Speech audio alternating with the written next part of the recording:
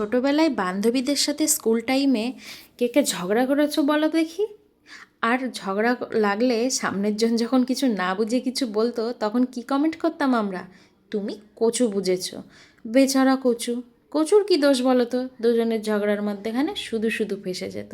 তো যাই হোক, এখানে আমি কচু নিয়ে এসেছিলাম বাজার থেকে। এটাকে ভালো করে ধুয়ে সেদ্ধ করে খোসা ছাড়িয়ে সাইডে রেখে দিয়েছি। আর কড়াইতে তেল গরম করে জিরে আর রসুন ফোড়ন দিয়ে আগে থেকে সেদ্ধ করা কচুগুলো, পরিমাণ মতো নুন, একটু হলুদ, 1 চামচ লঙ্কার গুঁড়ো দিয়ে 4 থেকে 5 মিনিট ভালো করে কষিয়ে নেব।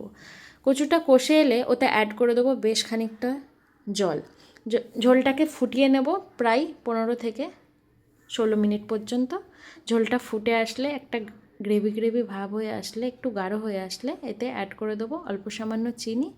চিনি দিয়ে 3 থেকে 4 মিনিট ফুটিয়ে নামিয়ে নেব গরম গরম কচুর ঝোল। একবার তোমরা ঘরে বানিও আর অবশ্যই আমাকে জানিও কেমন হয়েছে।